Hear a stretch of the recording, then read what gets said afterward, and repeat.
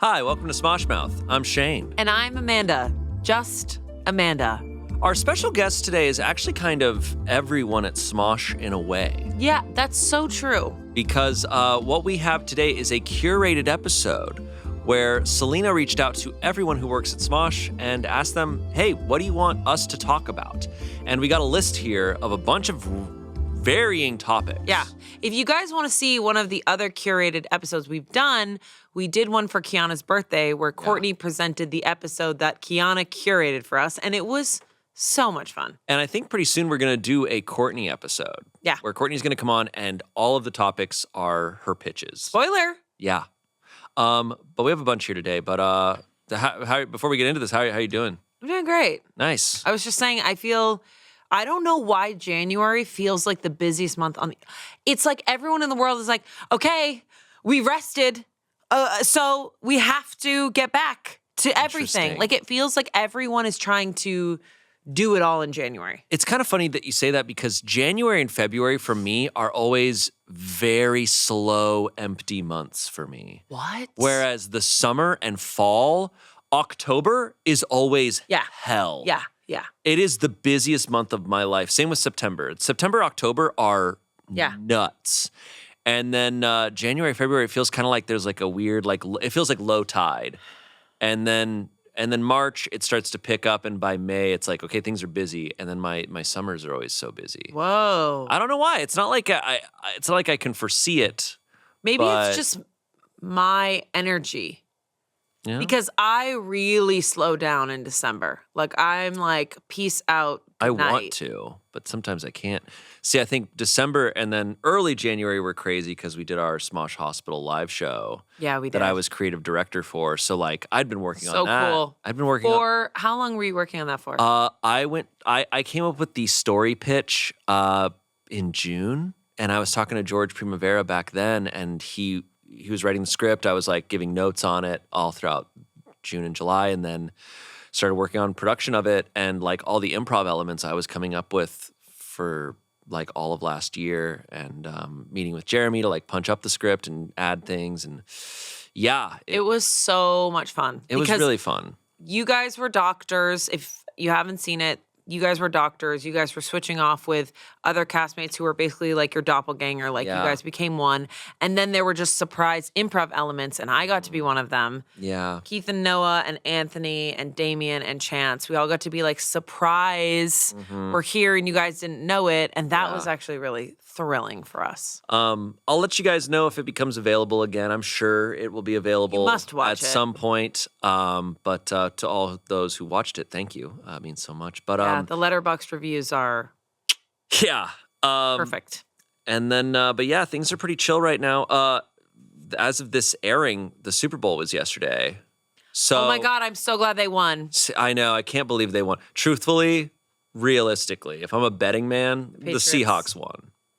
The Seahawks won the Super Bowl. What? If the Seahawks didn't win the Super Bowl, it was an upset and it was kind of crazy. What are you going to do if they didn't win? Well, if the Broncos won, I'm getting a perm. We know. If the Patriots won, I'm just really bummed out. So by this time, when this comes out, you're going to have a perm. Maybe not yet. I maybe need to grow my hair out more, but it's on its way. It's going to happen soon. So if the Broncos won, look forward to that. I can't wait. If the Patriots won, you're going full platinum. You're trimming your eyebrows off. No. You're getting a spray tan. But I'll do like a little fun slit in this eyebrow. You're going to do that? And then I'll make this one really, really thin, and then I'll be really tan, and then I'll just wear silver. Okay, great. Yeah. So if the Patriots won, you're doing that. And low-cut jeans. Great. Show off my tan. If the Rams won, Scott's going to make all of our content boom only. No more microphones, no more lavs, only booms. Yeah. I love that. And then if the Seahawks win, Selina, I don't know. What are you going to do? She's going to shave her head? Yep. No, she's not. She has beautiful hair. She's not going to shave her head. We can't have that happen. Yeah, we cannot have that happen. We can't have that Guys, happen. the Broncos have to win. But I no matter what, Bad Bunny crushed it. Crushed. Absolutely crushed. Yeah. We killed it. Do we want to get into some of these topics? We have a lot of topics to talk about. Okay, so we asked Everyone who works everyone. at Smosh. And some are anonymous, some said their names, so we know where some of the topics came from. But I have all the topic pitches right here on this iPad. Yay. All right. Let's get into it. First one, K-pop. It just says K-pop. I wonder who guess who you think it was. Ollie. It was Ollie.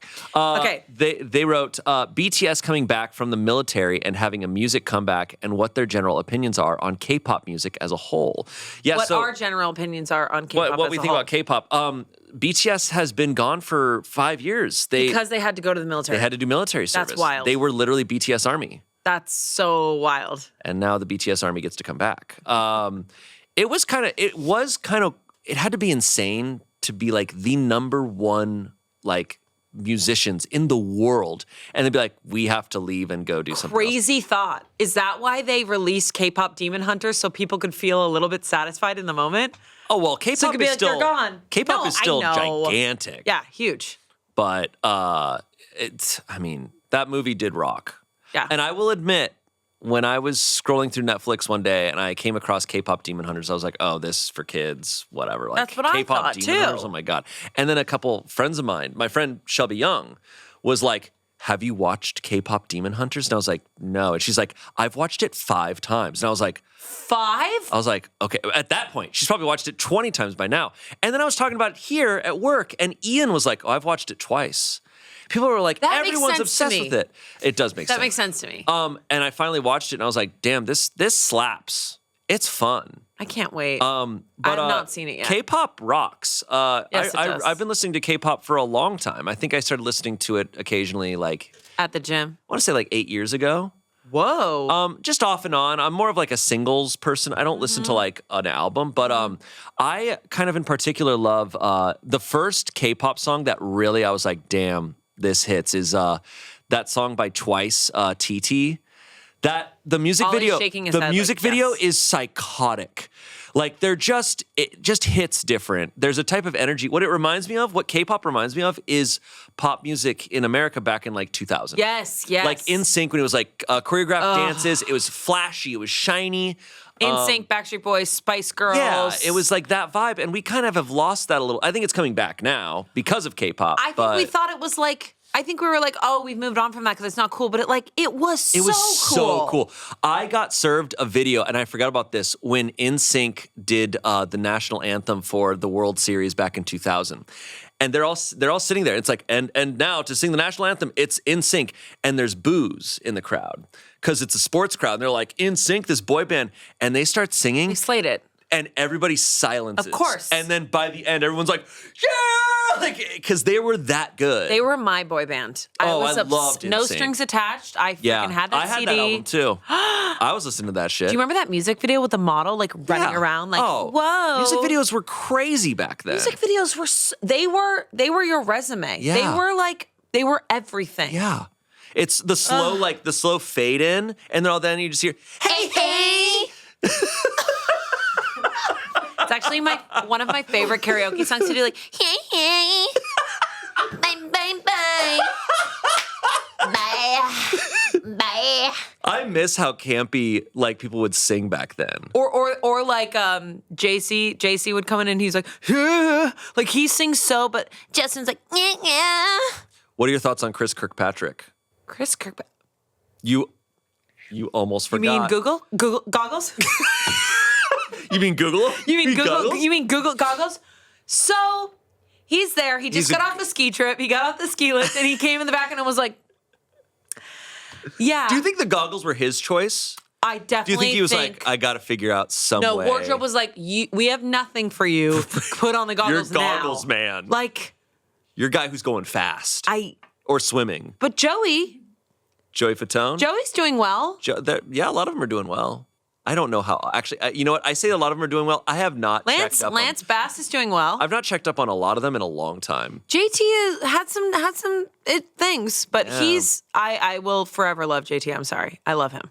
Like that era of JT. No, but I still love Justin Timberlake. Like that album Mirrors, I think it was called. It was so good. Like he's just an excellent, amazing performer. But wasn't he? But he was awful to Britney though. That came out. He was awful to Britney. And for that, so tough. I would say Britney Spears, like that's the biggest like the biggest L of millennials when it comes to pop culture. Like, we completely let her down. She rocked. I was such a Britney fan, too. I was, of course. Yeah. When her and JT showed up in all denim. That was a hit. But anyways, K-pop. But anyways, all right. So back to K-pop. You guys know NSYNC members. Can you name any BTS members? I cannot. I can name it. Jungkook is one of them, right? Is that BTS? Yeah. Yeah, so Ollie says, yes, that's BTS. Jungkook is the only BTS member I know because he had a single that was a big hit. But I don't know all of them. You want to know how I don't listen to a lot of BTS. I'll be honest. The K-pop that I love are the girl groups. I think the music just hits different. I think like Twice, New Jeans. Cat's Eye? Cat's Eye is Cat's Eye K-pop? They're It's like K-pop. modeled after K-pop. Okay, okay. Do you want to know how I first heard about BTS? What's up? In a Smosh video when we were doing a sketch. Remember? BTS Army, like the sketch that we did, and I was playing like this general. We did a sketch forever ago. ago. What is BTS? None of us, I didn't know anything about it. I didn't know anything. And people were like, I stand BTS. And I was like, I don't know what you're saying. I don't know. What is it? I have located the most powerful army in the world. Not only have they disrupted political rallies, they have also thwarted bigoted online campaigns, but they're also capable of mobilizing millions in a matter of minutes. Who is it? The BTS Army.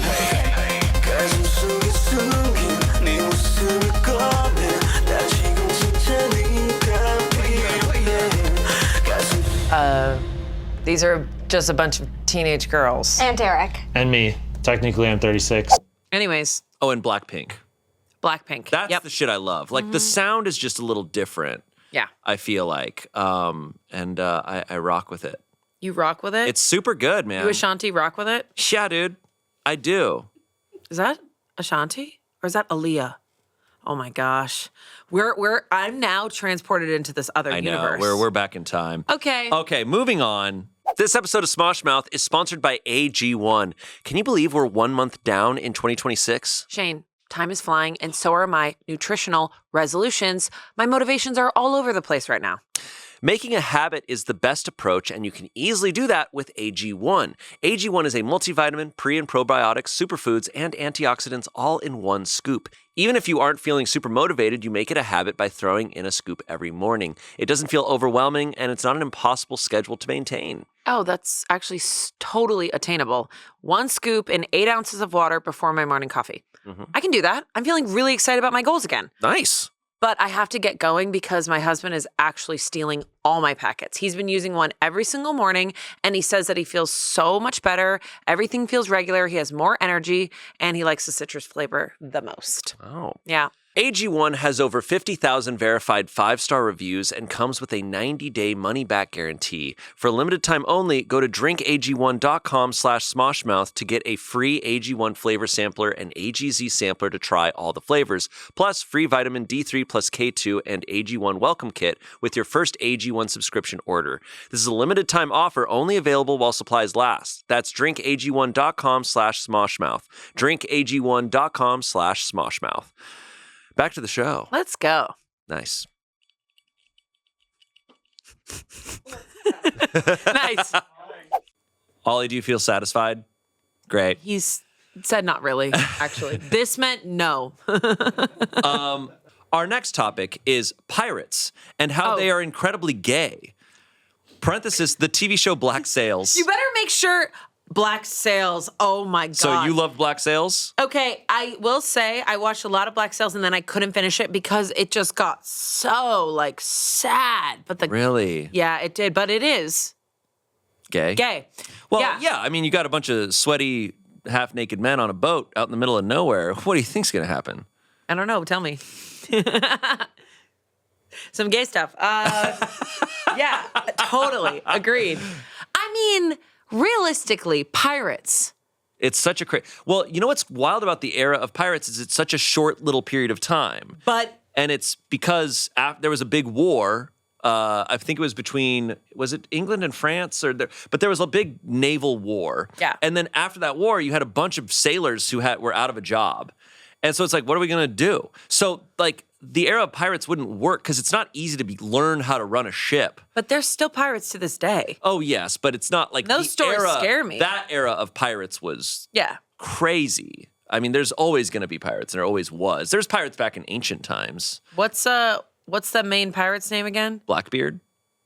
The other guy? Oh, I don't know Black Sails that well. There's No. Blackbeard, there's, what is it? I mean, Davy Jones Jack? is the myth. Jack Sparrow? Well, that's Johnny Depp. That's Johnny Depp. That's drunk Johnny Depp. Yeah. Jack Sparrow. Wow, pirates.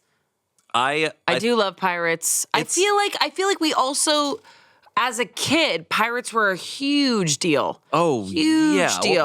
Well, it's because Pirates of the Caribbean came out when we were kids. No, it didn't. It's not like 2003, 2001. Honey, I was freaking not a kid, was I? Okay.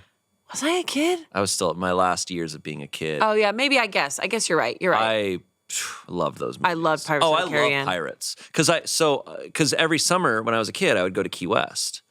And so we would be out on a boat out in the ocean in Key West. And I'm like, this is prime pirate territory. time.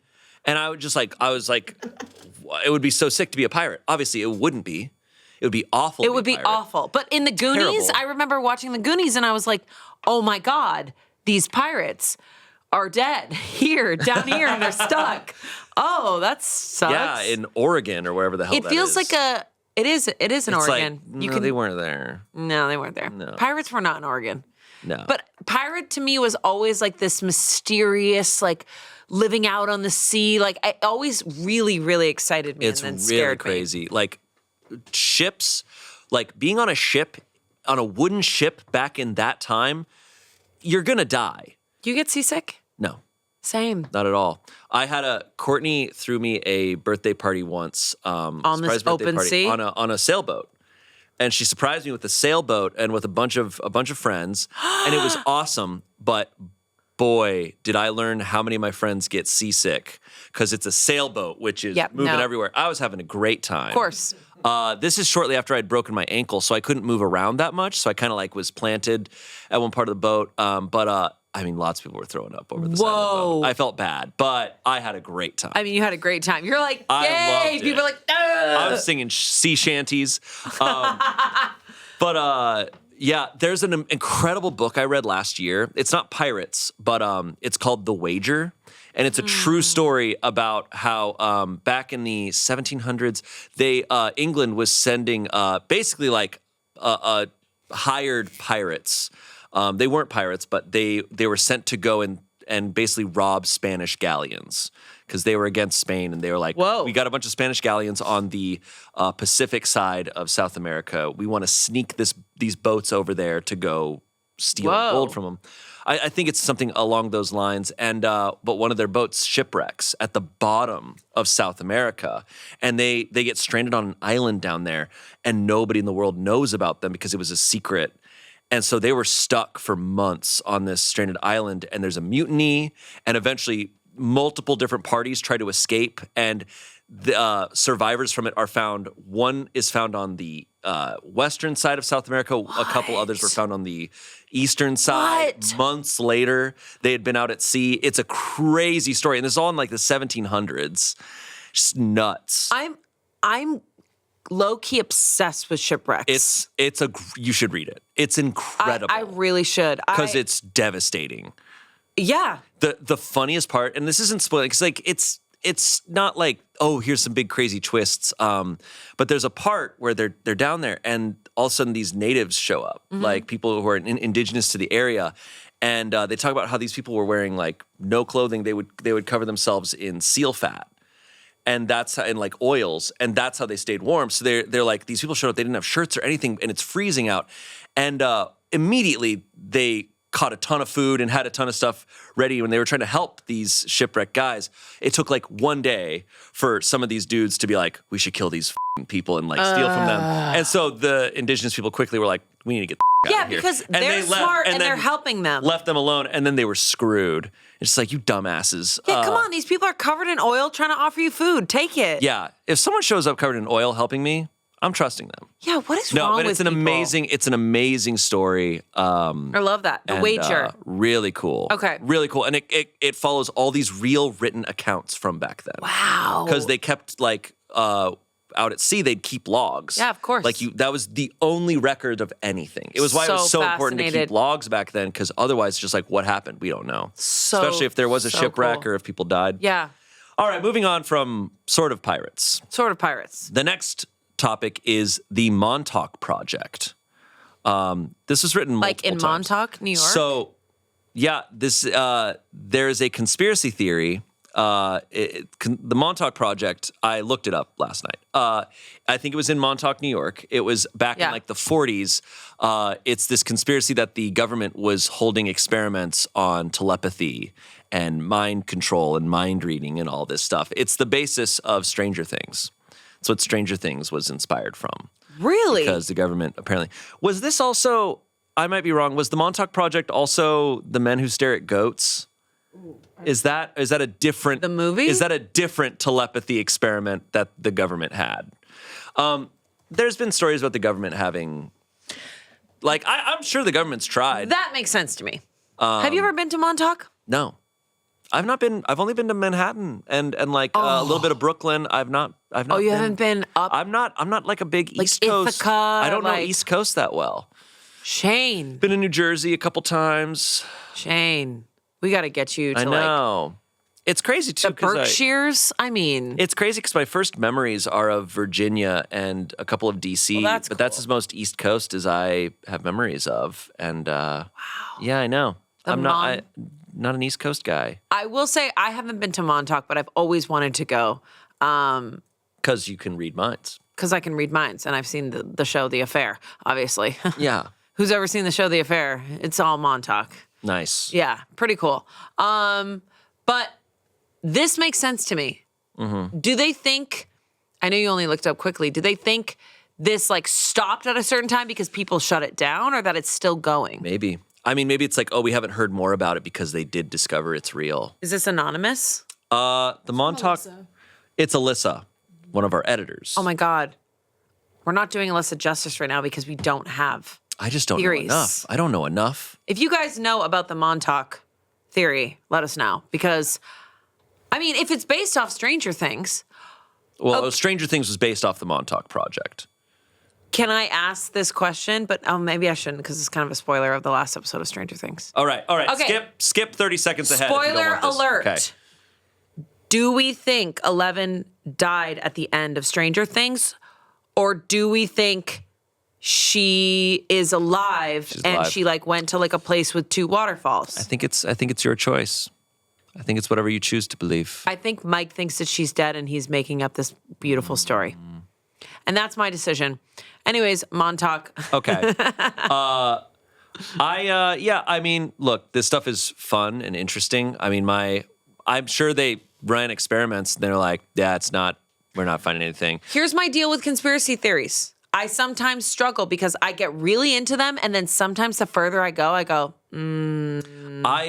think my unfortunate, really abysmal take with conspiracy theories when it comes to government stuff is I'm like, government doesn't need mind control and telepathy. Propaganda's worked pretty damn well for them. whoa! They Knowledge jar. They're just doing shit, Truly. and we're just like seeing Truly. it. They're not even hiding it. But the government's dumb as I guarantee but they they've- get away with this shit. They do. I guarantee they've had people in like doing experiments on them. They have. They've done some. They have. In studying psychology, there's some atrocious Yep. experiments that have happened on people. Cool. Moving on to the Moving next on, fun topic. next one. What conspiracy theories do we believe in? Oh my God. The government said they were going to release papers about JFK and Marilyn Monroe, and I'm waiting. I am waiting. They're apparently they need to release a lot of papers right now. Yeah, they do. And they're not doing that They shit. need to release a lot of files. They do. Do you know what I'm okay? There's a theory that I heard about JFK recently that I don't know is true. Because I am watching a conspiracy show on Netflix right now. Okay. Anyways, there is a theory that JFK was actually shot by his driver. Have you heard this theory? I have never heard that. Yeah, same. Except when I watched this show on Netflix called The Octopus Murders. But he's... Right. Well, they're saying that the video that we've all seen is fake. Because how they're saying it, and here's the thing, this is when I heard this, I was like, I don't know if this is true. Because tons of people were like, what? People were there. But they're saying the video that you see of JFK going down, the tree in the background is floating. So it looks like it's floating and there's nothing there. So that's where like, this is a botched video. Oh. That's what I do. I go, whoa. And then I go, is it true? I feel like, and this is ignorance. This is not me claiming anything. Yeah. I have not personally heard many firsthand accounts of people who were there, like in that video, talking about what it was like to be there. I mean, what a horrible event to witness. Horrible event. But those are like where my theories are. You love the like JFK, like Marilyn Monroe, JFK, what was going on there. Unfortunately, when you dig into a lot of true crime, the most plausible answer usually is the answer, but we don't want to accept Occam's that. razor, yeah. Yeah. I know it's like we want something to be really interesting and stuff, but oftentimes the I don't know. answer is not. I think like I don't know what conspiracy theories I believe in. I'm not quick to believe in. People have theories that Elvis is still alive. Like there's guys, there's theory. People, yeah. I love hearing when they get really insane. Like and with the internet it's gotten really bad, right? Like cuz flat earth it's like how did we bring this back? Yeah. I started hearing ones where people were saying that gravity isn't real. And I was like, fun. damn, we're getting to Have really fun Have they seen place. the movie Gravity? No, there's people on TikTok who say that actually sunscreen is bad for you and that we need to get way more sun. And I was like, this isn't even serving any, like... Nope. I believe the conspiracies of like, big tobacco, like, hushed all the research that smoking is bad for you. That's been proven true, right? Like, those things are real. Because it makes sense. Like there's like a simplicity of like, yeah, there was money to be made. Yeah. Like Dick Cheney made money on the Iraq War. Like that's like not a conspiracy. It's like, okay, you can put those. But when it starts getting to places where it's like flat earth, I'm like, who makes money on this? And like, that's my shitty reasoning for being like, I don't believe in it because who? I don't know, like, vloggers, podcasters, people who have like a following, who have a hot take. I mean, now attention makes money, so you can just say shit. And here's people the just thing. say shit. People can believe what they need to believe, but once it starts to get like really dangerous and harmful, that's where I get worried. For some reason, it's so interesting too, especially when it comes to online conspiracies. Why is it that all conspiracy theories lead to racism?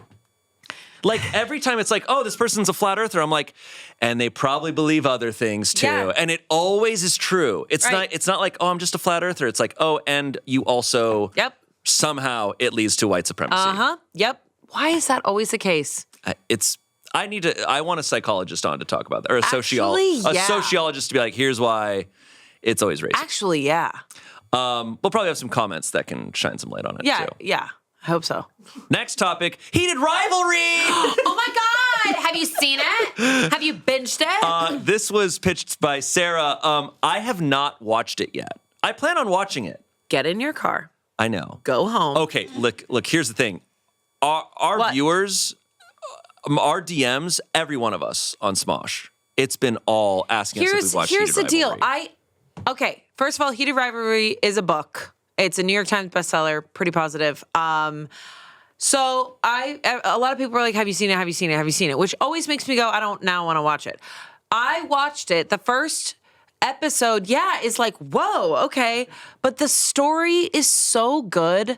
It's kind of like when do we hear about hockey players, like gay hockey players who are not allowed to come out? And then I just think, the story's lovely. The story's wonderful. Yeah. The acting is incredible.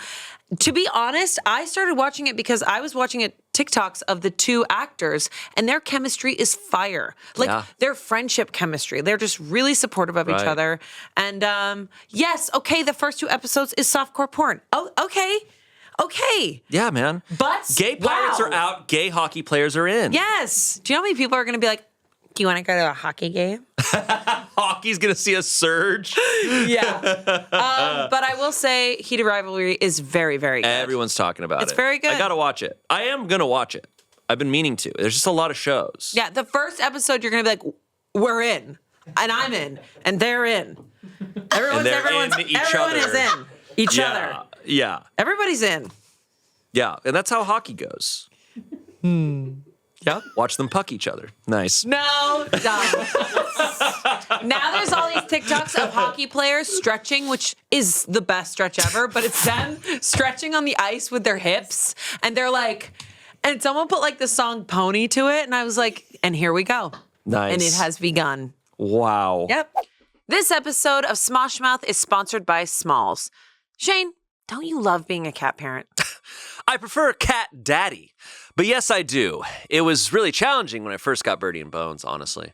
Oh, yeah. I remember you saying that you needed to find the right cat food because there's a lot of cat food that doesn't have good ingredients. Yeah, and my cats are picky. This is why I love Smalls. Smalls cat food is protein-packed recipes made with preservative-free ingredients. But the best thing is that it's delivered right to your door. Ding dong, cat daddy. I'm going to let you settle down. Okay, well, I share this review from a real Smalls customer. Jennifer M. said after every feeding, he gets this burst of energy and starts running around the house, and his fur is softer and more vibrant with higher contrast. Honestly, I wouldn't recommend anything else. I've seen this with my cats too. I mean, they have so much energy, they seem so happy, and they love the food. And sometimes you'll get your cat's food, and they want none of it. What do? You got to find other food. But luckily, Smalls, it's a big hit. Make 2026 your cat's healthiest year yet. Take advantage of their New Year's special and get 60% off your first order plus free shipping when you head to smalls.com/smoshmouth. One last time, that's 60% off your first order plus free shipping when you head to smalls.com/smoshmouth. Back to the show. Meow. Daddy. I tried it, and it worked for me. Okay. I think you're going to love this next topic. Okay. This was pitched by Rain, another one of our editors. An editor that slays it every time. You know when it's a Rain video because all the comments are like, Rain slated on this one. Yeah. Favorite TV/movie tropes. Rain wrote, I like knowing why people enjoy the content they consume to give good recommendations. Personally, I've been obsessed with the trope girl pretends to be boy since watching Ouran High School Host Club and have watched every piece of media that has this trope I can find. Personally love when men have gay panic, but also love everything else that comes with the trope. It makes me think of the Amanda Bynes movie. Yeah, She's the Man. That's a very specific trope. Very specific trope. And I think they used to do it a lot more. They don't really do it that often now. No. Which I kind of get. Yeah. I kind of get. But trope. Do you have a favorite movie? Do you have a trope that it's like every time that happens, you love it? I personally love, and I'm just going to, this is not what it's called, but I'm just going to say like the enough trope. The J-Lo enough trope where it's like the woman has been beaten down and she's like, enough. I'm going to rig up this house and I'm going to catch your ass and I'm going to learn martial arts. Yeah. I'm going to have a bunch of cut scenes where I'm training with a teacher. I'm going to have a burner phone and I'm going to lure you and you are going to try to abuse me one more time and then I'm going to take you down. Okay. I coined this term enough. Whatever. I don't know what it's called, but it's like enough. Like she's had enough. It's like revenge, like female. Yeah. Like Double Jeopardy. Yeah. Double Jeopardy. That's a one of my trope. favorite, like back in the day movies. So kind of vengeance. It's you like a little bit of revenge. It's specific though. It's like abusive relationship vengeance. Yeah. Okay, that's a very specific trope. Yes. There's a new subreddit that I've been getting served a lot, which is just movie tropes, and it goes into very specific ones that I love. And it had one recently, and what they do is they give a couple examples in the post, and then people in the comments, all they comment is other examples of the trope. Oh, I want to hear. And there was a great one recently where it was like, main character has a weakness that gives them an advantage against the opposition. And the example they used is the episode of Futurama where they go up against these super brain alien monsters. And Philip J. Fry, the main character, he's the only person who can go into their planet and like is a threat to them because he's so stupid that his brain is unaffected by them because they can mind control other people. I love that. But his brain is so stupid that there's nothing for them to control. It's awesome. Wait, okay, so this is kind of a protagonist trope in like every romantasy book is these they call them half-breeds. So they're half human, half magical. Okay. So in the fantasy world, pure breed is like the best, right? We can relate it to a lot of things. Yes. These half breeds are always looked down upon, right? Because they don't have all 100% magic or whatever. Right. But they always have something that the others don't, right? Yeah. It's always their underdog story. They actually are always meant for something greater because they have to dig deep. Yeah. And it's basically the theme is like it's always been in you vibes. That's what I feel like. That's what I do like those tropes. I love a lot of like these are kind of like very anime tropes, but I always love an underdog story. Like, Me too. It's the thing. It's anime and it's sports movies. It's like you don't have enough, kid. You're not able to make it, And then they do it. I love also when like in like superhero or fantasy context when the person does not have powers when everybody else does.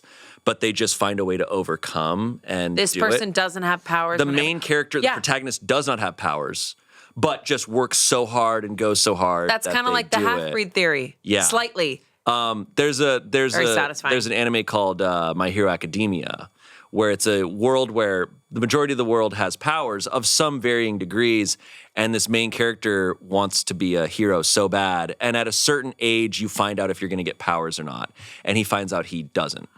And then more stuff happens, but he's just so determined to like become a hero. I love that. It's very much like that's so many animes is just, I want to do this thing. You can't. But I'm going to work so hard that it's going to happen. Right. And I love that shit. Yeah, it's like that theme, that lesson, that it's like it's in you. Yes. You don't have to it's the outside world is not going to give you your power, it's in you. Or that, and also that you're going to find your own version of your power. Yes.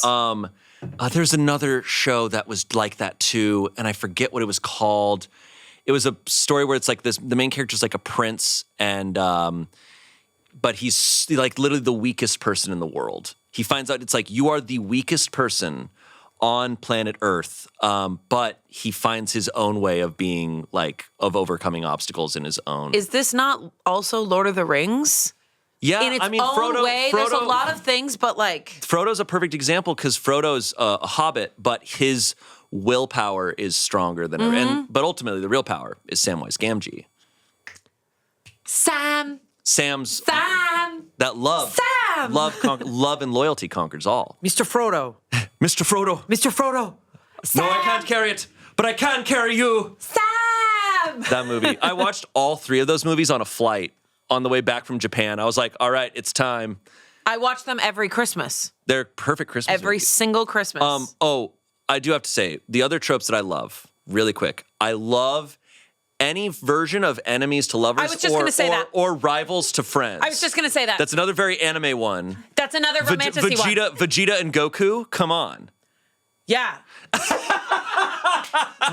Yeah. But no, enemies to lovers. And Farah, come on. Enemies to lovers is fucking awesome. Enemies to lovers is my absolute favorite, Yeah. but there is a way to do it right. I Yes. think some people rush the storyline. Yeah. The best enemies to lovers is like that perfect mix of like, we don't like each other. We're getting a relationship. We're forced to work together somehow. We're forced to be together, forced proximity.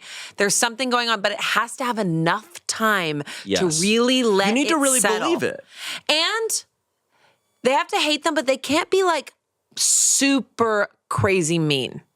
Yeah. Because it's like, it's it has tricky. to be justifiable. And It that's has to be hard to do, justifiable. right? You have to kind of Yes. support both of them. Yes. They need to both have their legitimate reasons. Enemies to lovers is my absolute favorite. Yeah. I mean, to me, with most stories, because it kind of makes me think of just enemies and rivals, I think almost all stories, how good they are depends upon the antagonist.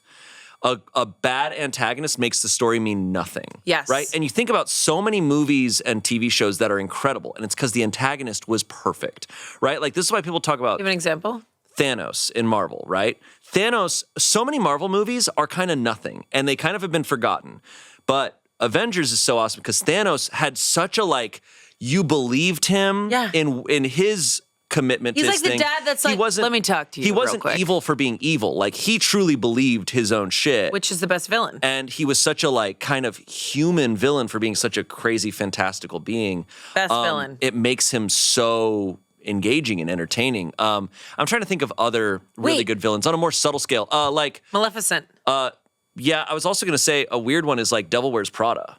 Oh, Is yes. Meryl Streep in that, like, is such a perfect villain because it's like, holy shit, like, I have to go against you, but I also love you. Oh, and Darth Vader. You have to kind of love the villain. You have to, like, really enjoy seeing them on screen, but also So much of Star Wars. Yeah. Kylo Ren. Like towards the end of what was that movie that he's in? Like that last movie that he was in? Oh, Is that The Last Jedi? No. Rise of Skywalker. No, something else. Ray Star Wars. Yeah, like Glup Shido in Star Wars. Glup? Okay, Glup Shido. Okay, moving on. I could go on forever I about know, I this. could go on. But moving on. Well, Because we have to. We have a Reddit episode we're going to do soon, and I will bring up the character Please. trope thing. Okay, the next topic is another TV show. The ABC primetime television show Lost, which I was obsessed with. I was obsessed with Lost. Would they push the button in the hatch? Man of science or man of faith? Would you do well in a plane crash on a deserted island situation? Here's the deal. I did not watch Lost, but I read an article about all of it. But I and heard then about the it from my ending. cousin once. Nope. I read like a whole deep dive article about the ending. And I was like, See, I watched Lost when it was airing, and I caught up to it.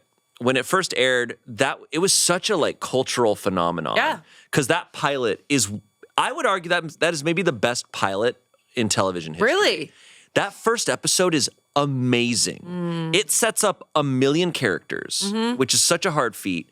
It ends like, I mean, okay, I'm going to spoil the first episode. I think it's okay. Right? Like, you know, like, you're like, okay, all you know is, like, they're crashing on this island, and this is crazy. And then you're kind of just like, all these characters are kind of like finding their way to each other and figuring out what's going on. Because they don't know each other. But the episode kind of has this big climactic moment where Locke, the guy who's you find out was in a wheelchair on the plane, he's standing up and walking on the beach.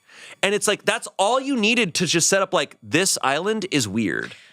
And that's kind of the premise of the whole show. Can I tell you what the theory of that I read is? Can I tell you?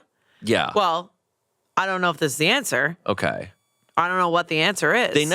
A lot just kind of never got answered. Okay, this person's theory, or the article that I read's theory, was that they died that first episode. Well, And the rest is purgatory. all, which that was like the theory while we were watching it, and it kind of, but what's the main theory? That's the main theory, was that it was purgatory, that they're kind of in a weird. What do you in-between. think? I think the writers got in over their heads. I think they didn't know. I think they truly didn't know. You think they ended it and didn't know? Well, this was network television. I think originally they wanted it to be one season, then they wanted it to be 3 seasons, but they kept getting pushed for How more many seasons. seasons? 6 seasons. And there's a lot of seasons where it's like, this season wasn't necessary. Seasons 1 through 3 are some of the most engaging television I've ever watched. And then 4 through 6 is kind of like, they're figuring it out. Is this anonymous? This was Caroline, Oh my God. who was 2 years old when Lost came out. Our next one, this one's great. I needed to get to this one. This person writes in, my special interest is keeping my career intact. My career and reputation is taking a major hit from my Mr. Chips branding, and now I need a PR team to fix it. So Jonathan, when Damien co-hosted with me, it was a rough time for Jonathan. I'm glad that I wasn't here actually, so I don't have to take any blame. Well, Jonathan needed you here because he did, because I would have on his own. supported him. He was on his own with Damien and stuck up with him. So tell me.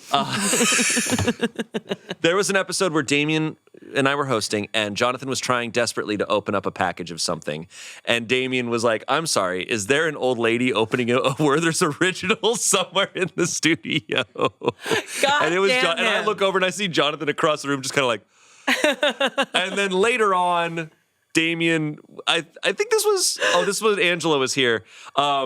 Jonathan's phone went off, and then Damien goes, "Oh, if it isn't Mr. Chips." You know what? Jonathan, don't feel bad. Those were the 2 times that Jonathan Damien had. does this. Yeah, if you do it's a one, Damien thing. Damien could be talking, and then all of a sudden he goes, "Did you guys hear that pin drop?" Like Oh, yeah. he hears it all. Nothing escapes Damien. Listen. Just like Jonathan the Eye of Sauron, Lord of the is Rings. an icon, okay? Yes. Mr. Chips. Yes. That name is dead and gone, Yes. ladies and gentlemen. Yes, Jonathan's loving this. It's Jonathan, okay? It's okay. Can we get you on set, Jonathan? Am I right? Jonathan. Okay. Snatched. Mr. Chips. Mr. Chips is dead. Mr. Chips is gone. Also, Werther's are delicious. They are, and old people do love them. So we got a bunch of packs of Werther's Originals to pull a prank on Damien. I remember. And ever since, Selina has a couple packages on her desk, and I'll sneak one of them every now and then, and they are amazing. Do you know what they look like? What? Troll bellies. What the fuck are you talking about? You guys. I just can't get over. There's a Nick Kroll joke from Oh Hello on Broadway where they say Werther's Originals are the Amber Alert of caramels. Wow. It's all I think about. It's one of the funniest jokes Perfect. of all time. No, they're troll bellies.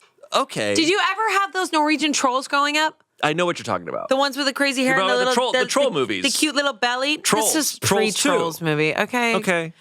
That's what they look like. A troll's belly. All right. Moving on. Great. We're going to skip down a couple because someone brought up Heated Rivalry again. Caitlin brought up another TV show, Star Trek Deep Space Nine. She says, my favorite TV show, and I believe it created the blueprint for a lot of primetime prestige dramas that followed. It would be hard to discuss it without watching all 176 episodes, but I would love if they could watch the pilot if they are willing to do that, or just, I don't know, look at pictures of the characters and try to figure out who they are and what their deal is. I just wish more people would talk about this show at all. Well, I think you're Quark. Show me a picture. If Quark looks like Grinch, you're dead, buddy. Okay, I'm going to show you Quark. If Quark looks like baby Grinch, I'm just like, They look like this. what is wrong with you? Okay. What is actually? Can we put It was a the only Quark here? character. It was the only name I knew from the show. You think I look like that? No. Thank you. I Great heard, eyebrows. So I was Googling. I looked at that. I did some Googling last night, and a lot of lists put Deep Space Nine as the best Star Trek show of all time. Whoa. Yeah.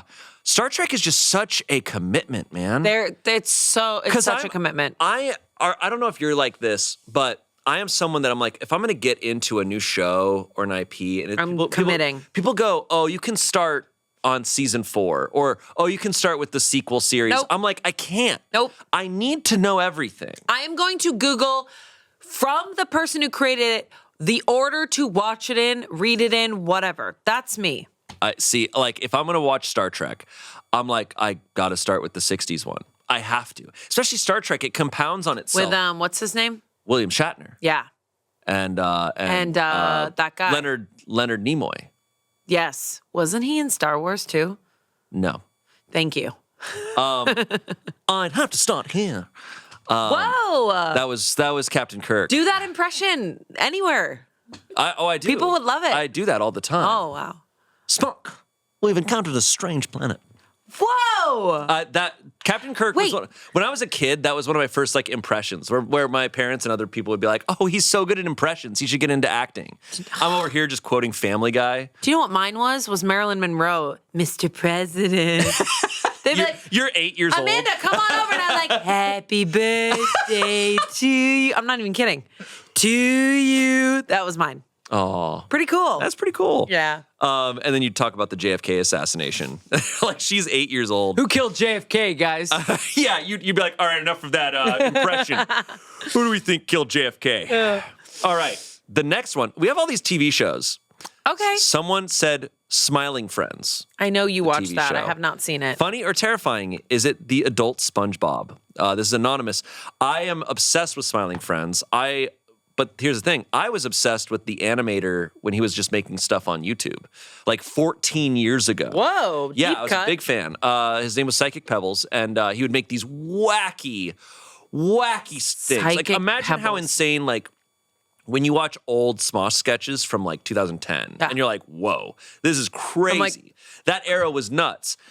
Times that by 1 million. And that was animation on YouTube. And I was obsessed with animation at the time. Salad Fingers? Salad Fingers was one of them. This is even crazier. This was like because Salad Fingers made me go. Because Salad Fingers, like truly, that like kids were watching that stuff. This was not appropriate for kids at all. In fact, a lot of old animation, when I pull it up, it's the same with any old YouTube video. You'll be like, oh my God, my favorite YouTube video from 2009. And you pull it up and you're going, oh my God, I forgot what they're saying in this. There's a lot of that. Yeah. But Smiling Friends, the TV show, is so funny. I don't know if you'd find it funny. I think you would find I think I would. anything funny. You would No, that's not true. But I think if something is really funny, even if it's not your style of comedy, you would appreciate it. I would, yes. It's very like quick paced. It's a lot of like comedy big, loud. has to surprise me. Smiling Friends would surprise you. Okay. It would 100% surprise All right. you. Then I'm in. All right. Next, bidets. Why are they so controversial? How is everyone not immediately team bidet? If you got poop on your hand, you wouldn't just wipe it off with paper, you'd wash it. Shayne just went to Japan and probably met a top-tier bidet and maybe has a strong opinion on this. Maybe we should get Tushy to sponsor this episode. This is anonymous. Here's the deal. Why are you getting poop on your hand first? Yeah, Two, we got to talk about something else. I have a Tushy. I'm obsessed with it. We have bidets. I love them. They are everything. Yeah. Stop getting poop on your hand. I just have to say that again. Tushy's the best. It is affordable. It is easy, and it's perfect. Yeah. Like you just clean it up. This is a free ad read for them. No, seriously. I was a toxic American and I scoffed at them for a long time. I was like, bidets? How dare you? And then I got one and I used it. I was like, this is life-changing. Isn't it life-changing? This is life-changing. The first time I ever saw a bidet was when I was a teenager and my mom and I went to Italy on like a special trip. We fought maybe 95% of the time, but it was really fun. I was an asshole. I'm not even kidding. I was like, I want to talk to my boyfriend. Nightmare. No, awful. I do regret it. I tell her this. I'm like, I regret that. And she was like, thank you for saying that. Wow. But there was a bidet in where we were staying and I just flipped it on and I was like, whoa! And it was just like, I had no idea. Yeah. So I went to Japan and they are insane there. Oh. Seat warmers. Seat warmer. Not only bidets, but also like a dryer. Oh, all this stuff. There's like one restaurant in LA that has like one of those toilets. It's insane. Yeah. You have like a whole mainframe on the wall. You're like pressing all these buttons. They're expensive as hell. You get a free BBL. How? Moving on. No, I'm just kidding. Is that where yours came from? It's truly incredible. It's like, man, this is so much cheaper than having all this toilet paper all the time. Like, Yeah. you make this investment. You just hit the thing. It's like, it's so great. It dries you. I know. Pretty cool. This episode of Smosh Mouth is sponsored by Tavalla. Shayne, I have an issue. I have been ordering way too much takeout. I mean, it is burning a hole through my wallet. I need to stop. We've all been there. You need to be cooking at home. I know. Well, thank you for telling me. But here's the thing. I love cooking, but like, I'm getting uninspired. I don't know what to cook anymore. You know what that means. It's Tavalla time! That's right. Tavalla is a smart meal delivery service. Fresh meals at a smart oven that does the cooking for you. My last delivery had the barbecue glazed pork chop with Chipotle ranch potato wedges. Pop that in my smart oven. Which steams, bakes, and broils. And just like that, I had a meal cooked with no fatigue or mess. Every meal that I've had from this Tavalla smart oven is delicious. The oven works so well, so fast. I've saved so much time. I'm catching up on all my soaps. I can't. For a limited time, because you are a Smosh Mouth listener, you can save up to $300 on the Tavalla Smart Oven when you order meals 6+ times by heading to Tavalla.com/Smoshmouth and use my code SmoshMouth. That's up to $300 off when you head to Tavalla.com/Smoshmouth and use promo code SmoshMouth. One last time, that's TOVALA.com, and make sure you use my promo code SmoshMouth for up to $300 off the Tavalla Smart Oven. Remember, with Tavalla, dinner is taken care of. Do you feel better? Back to the show. Our next topic, they wrote Johnny Appleseed. This is anonymous, but we know that it's got to be Luke. His sweat, okay, especially because they wrote his Swedenborgianism, the fact that he would keep dry rusk in his pocket to hand to children, the fact that his apples were not domesticated and couldn't be eaten, but could be used to make liquor, kept a pot on his goddamn head. Yeah, Johnny Appleseed, I guess, was a real guy. Yeah. So I walked one time at lunch. I walked over and was hanging out with Luke and Marcus and Matt Duran and Alexcina, and they were all laughing. And Luke was like, "No, Johnny Appleseed is a real guy." And I was like, "This is what you guys are talking about." And he was going on a rant about how Johnny Appleseed was a real person Who just spread seeds, and that's where the planted trees. seeds, but they were cider apples. They weren't apples. They that were you could eat. alcoholic. They were for making cider. apples, so- I think cider was a bigger deal back in the day. Yeah. Courtney's so bummed that cider's not a bigger thing. It's her favorite thing, and it's like know. kind of going away. I know it is, which is so sad because I love cider. I know. You know what? She should just do really dry orange wine. It kind of tastes like cider. Okay. In a very small way. Yeah.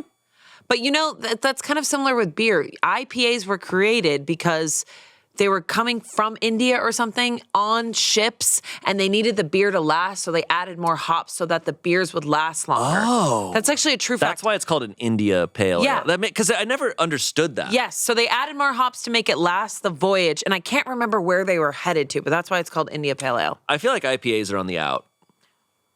Am I wrong? I feel like they're kind of on the out. IPAs, sours are my favorite. I feel like they're kind of on the out. Because you worked at microbrews are on the You out. worked at a bar that served. 72 taps. Wow. I had to take the Cicerone beer test. Wow. I was really into beer. I learned so much about beer, like the color, the taste, So cool.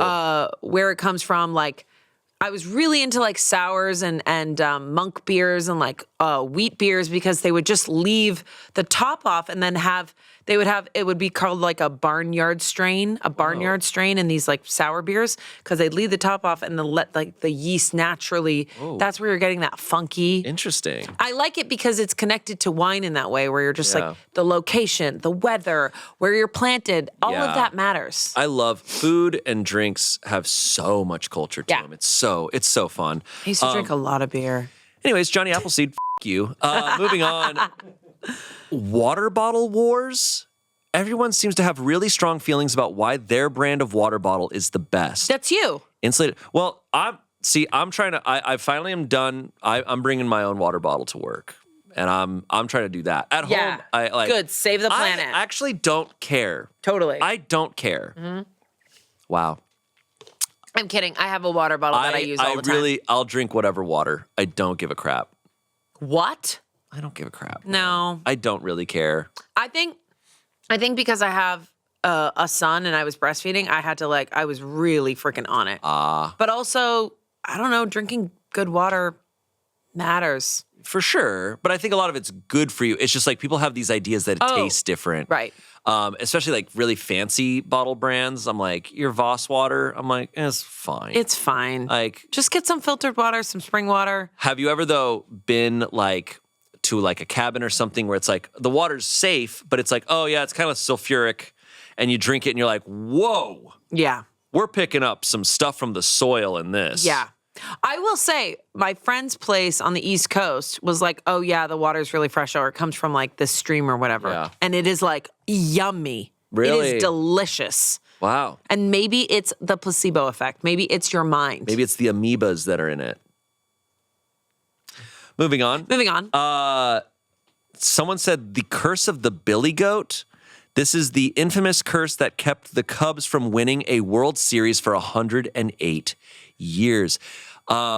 Yes, I've heard of. There's a few because there's also the curse of the Bambino. Of course. There's Babadinga. sports are so superstitious. Yes. You want to know a funny one? Yes. So I don't know much about baseball curses and stuff. But I would just say maybe it's just bad ownership. You think?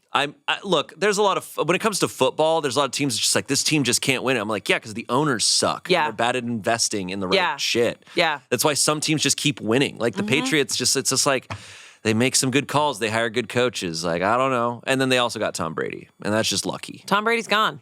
Yeah. Bill Belichick is also gone. You guys have Mike Vrabel and Drake May, who are really good. Whoa. I really believe it's like when you're watching something, you're like, oh my God, this isn't good. It's like, well, what was the director like? What was the and that's a very much a football thing and sports thing. But there is a football curse that is very funny that I know about, and it's called the Simpsons. It's the Simpsons curse in relation to the Broncos and the Cowboys. So there's a episode of The Simpsons back in the 90s where Homer Simpson, all he wanted was to be the owner of the Dallas Cowboys. That was his dream in this episode. And at the end of the episode, Marge is like, oh, homie, we got you a gift. And it's like... pretty good. And they're like, he's like, your own football team. And he runs out in the front yard and he's like, oh, I got the Denver Broncos. And he goes out, he's like, oh, I got the Dallas Cowboys. And he walks outside and it's the Denver Broncos. And he's like, oh, the Denver Broncos. And they like suck, like half the lawn's on fire. They're like hitting each other in the back of the head with the football. They like made a huge diss towards the Broncos. It's like they suck. Since that episode of The Simpsons came out in the 90s, the Cowboys have not beaten the Broncos. They have a complete losing streak against the Broncos. What? For how many? It's been like 30-something years now. What? Or 20, or almost 30 years since. And now, to be fair, the Cowboys and the Broncos only play each other every few years, but they've lost every time. This superstition is real. It's kind of funny. It's kind of like with baseball. But it'll get broken at some point. But when? Probably... Probably when Jerry Jones dies and the Cowboys can finally be good again. Oh, Jerry Jones. They are cursed until Jerry Jones is the reason they can't win. Oh, yeah. No, of course. I wonder if there's any Cowboys fans in the comments if they would agree with that. Yeah. I feel like they will. Comment Jerry Jones. Comment if you like Jerry Jones. Actually, really quick, there was one. Someone wrote Rubik's Cube solving / cubing. This was by Audrey, and they said, it's one of my New Year's resolutions to learn how to solve a Rubik's Cube, and I learned pretty fast how to solve the first 2 layers, but essentially cubing is just people solving Rubik's Cube super fast and remembering algorithms. I learned recently that Alexcina used to compete in that. We can cut this out if she doesn't want this. What? But I believe Alexcina... Jonathan has no idea about that. Could we Slack Alexcina and ask if she competed in Rubik's Cube solving competitions? That is incredible if that's true. I'm pretty sure. And I think she's not the first person to work at Smosh who does that. I think we had someone... Heidi also used to compete. We've had multiple Rubik's Cube solvers here at Smosh. She said yes. I said WTF. And she said, when I was in middle school, why? When I was in middle school, yes. I remember Alexcina told us about this. So oh my God. Audrey needs to talk to Alexcina. About Rubik's Cube. The master. Yeah. All right. Next. Someone wrote Walmart. So this is written by Gareth, who lives in South Africa. Yep. He said, I've had this weird obsession with Walmart. It sounded like a place you could buy baby items and motor oil in the same aisle. Now, as an adult, I have been able to go to a few Walmarts across the U.S., and I have to say my impressions of it matched that of the Walmarts on the East Coast, but not of the West Coast. Is just an L.A. thing where the Walmart feels normal? Why is there such a difference? Asking as a foreigner. That being said, Walmart has opened 2 stores here in South Africa, but they're not as good as the ones in the U.S., in my opinion. Whoa! I haven't been a big Walmart person. Same. But I've been to Walmart plenty of times. Yeah. But I don't know the main difference between the East Coast and the West Coast because I would say if I've been to Walmart, it's more on the East Coast. Yeah. I would say the Walmarts that I've been to here on the West Coast, because Arizona and stuff, they were always similar-ish to other stores like it, but it is kind of its own thing. You know, a store where you can go and get everything. Everything. My family I grew up like we were in a military family, so we would go to the base for everything. We'd go to the BX or the commissary, and you'd get shit for so cheap. The base has their own... The base has everything. It's its own city, effectively. So if you are not military, you can't go to the base. Can't go in there, but because my whole family had military IDs, because my dad was a lieutenant colonel, so we could go in and it's crazy. You drive to the base, drive through the gates, and then you go and you go get your groceries there. You go get everything there. And it was... Where is all that coming from? Everywhere. Everywhere? Yeah. No, they're stocked. Is it in one like warehouse or is it multiple stores in They have one multiple area? stores. They have multiple. I would go get my hair cut there. I would go. There was restaurants. There's everything. Like they've because military bases have tons of people in them. What was it like growing up, leaving the base and having to shop and choose places all over that you had to go to? Yeah, when my dad was out of the military, or my dad has access to go to them forever. Same with my mom. Yeah. But at a certain point, we would sometimes not go, but it was kind of weird. Like I grew up not going to like regular grocery stores as often. We'd go to the commissary. So that was just my norm. Wow. But that's why we didn't do Walmart as much because we would go to the BX and that shit had everything. Yeah, and we didn't really have a Walmart near us. Like it wasn't like down the street or something. Yeah. We had like Shaw's and Stop and Shop and But Walmart's crazy. I mean, it's got everything. It's stacked. It really does. I'm sure as someone from another country, Walmart's got to be this crazy American yeah, thing. I'd love to know what Walmart has in South Africa. Like, what's the biggest difference there? What's the setup I'm of sure it? there's a lot of differences. I'm very curious. Chance wrote one. What do you think Chance wrote? What do you think the topic? Something about a butthole. I don't know. I'm just kidding. No. Chance wrote. Something about Broadway? No. He wrote bladed weapons.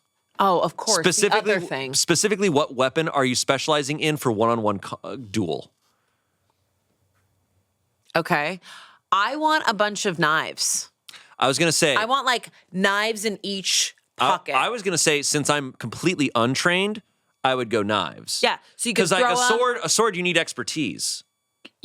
And they're heavy as hell. And they're heavy. You need to work on your arm strength. If I had time to train and become a master at any of them, I would choose that one a sword that's also like a whip.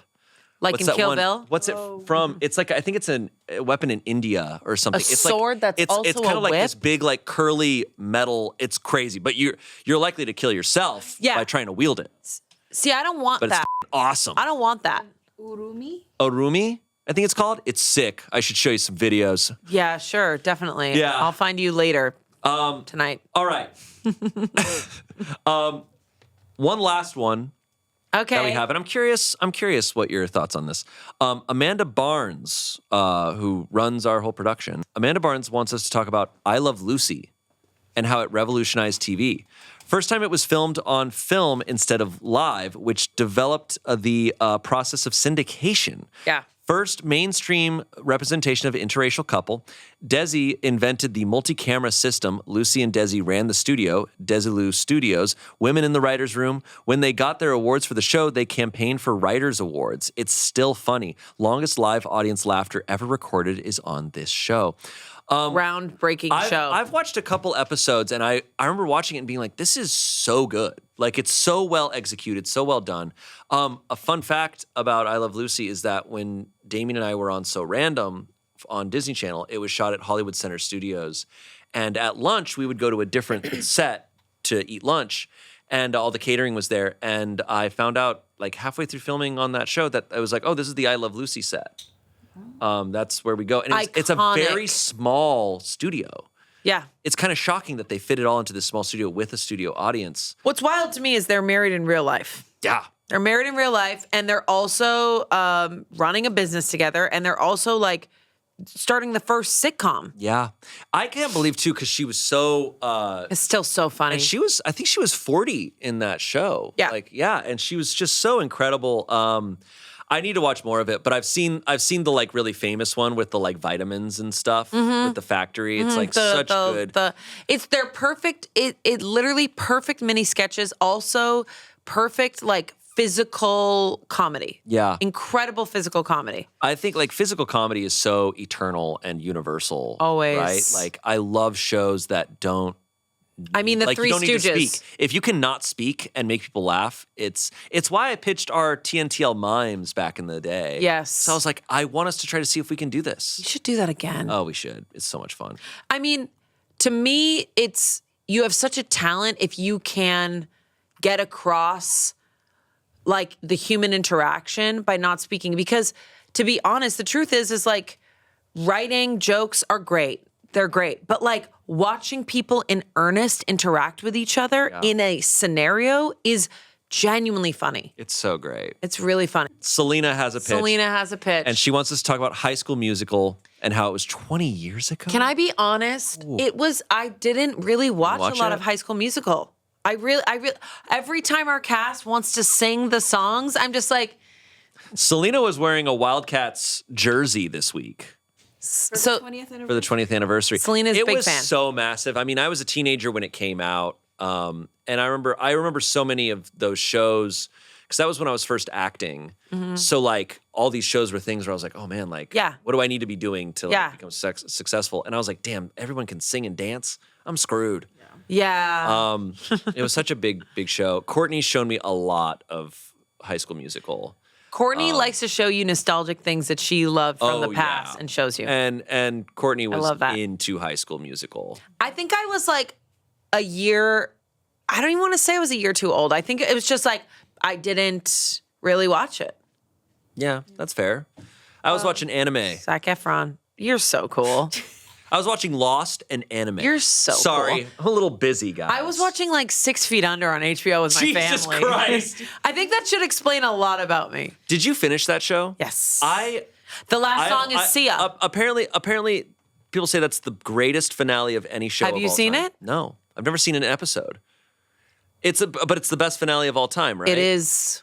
What I will say, H rewatched it all, and rewatching the finale, you're just like, I can't even say anything more. All I know is Sia is the whole last episode is one of her songs, and it is so good. It's so dark. It's such a dark show. Damn.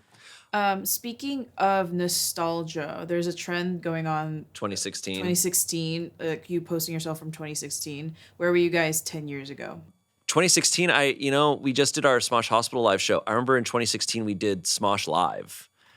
And it was this big live show, and it was such a different beast back then. And that's so wild to think about. We didn't do a live show for a long time after that. Mm-hmm. But I was here for less than a year at Smosh, and then we did that show, and it was in front of a huge audience. Whoa! It was live streamed like on YouTube. It was crazy. Whoa! So I remember that from 2016. 2016 was I was looking back because I heard this trend. I was looking back and I was like, oh, 2016 was a huge year for me. I met my husband that year. Wow. Doing karaoke. I went to the Azores for the first time ever with my entire family. And then I was in Groundlings, like not my first class, but like my third class. So I was like committed, and I was posting videos all the time, comedy videos all the time on my YouTube. Great. That was 2016. It was like a wild time. 2016 was a weird year, and then Harambe died. Alexcina's just doing her freaking. Alexcina is solving a Rubik's Cube. Yeah. No? Okay, she doesn't. She doesn't want anyone to know. No. Alexcina, I can't do it. Mix it up. Okay, I'm gonna mix it up. So I am mixing up the Rubik's Cube for our champion, Alexcina. I'm scared. Don't be scared. No pressure. You don't have to solve it quickly. No, I do. You used to, what was your best time? 58 seconds. 58 seconds. Okay. All right, Alexcina is currently solving the Rubik's Cube. But can we talk while I do it? We can talk. Yeah. Do you have a topic you want to talk about, Amanda? I want to talk about Dance Moms. You want to talk about? You do want to talk? You wrote Dance Moms down here. Yeah. I have still never seen Dance Moms. I've seen some Dance Moms. But I am fascinated by the character of Abby Lee Miller. Tommy's alter ego. Tommy's hero / villain. What's crazy is it's like, are they a villain? Are they a hero? We don't know because they were put in that role. But when I see people like Abby Lee Miller, it's where I realize this industry I'm in has such horrible people. Because I'm like, oh, she's just a normal person in so many ways for us. Being a teen actor, I met 50 Abby Lee Millers a month. Of course. That just was the vibe. Adults were just like that. And speaking of Sia, the girl that was always in her music videos was also on Dance Moms. Wow. Toddlers and Tiaras was also a spin-off show. I don't even... That's a horrific show. That's a whole other thing. What about you, Amanda? We got a few minutes? Got a few seconds. Do maybe. we have a few minutes? Well, you can talk about. We can. I've got a show that I want you to. It's Done. solved. It's solved. It is solved. I couldn't think of something because I knew she was so close. Wow. Thank you so much, Alexcina. There's a show that I think you would love that I'm obsessed with. Tell me. But it's a very niche show that not many people are talking about. Chair Company? No, Chair Company's amazing. Okay. There's a show, and because we were talking about like no dialogue and how amazing that is. There's a show that I'm obsessed with that has 0 dialogue. And it's on its 3rd season. Not a line is spoken throughout the whole show. It's an animated show. Is it called Primal? Yeah. I love Primal. Yes, okay, I've already good. seen, so I've Okay. only seen season 1. I have not seen the Okay. other seasons. I love that show. That show is amazing. It's so good because you don't need words in it. It's just art. You're watching it and it's just Freaking art. And for awesome. some reason, it feels like nostalgic anime to me. I don't know why. Well, it's the guy who did Dexter's Laboratory and Samurai Jack. I don't know if you watch those shows. Okay, no. Samurai Jack was my shit. But I've heard of it. I'm sure a lot of The Chosen comes from me watching Samurai Jack Yeah. as a kid. Anyways. Yeah. All right. Got my Okay. interest in there. All right.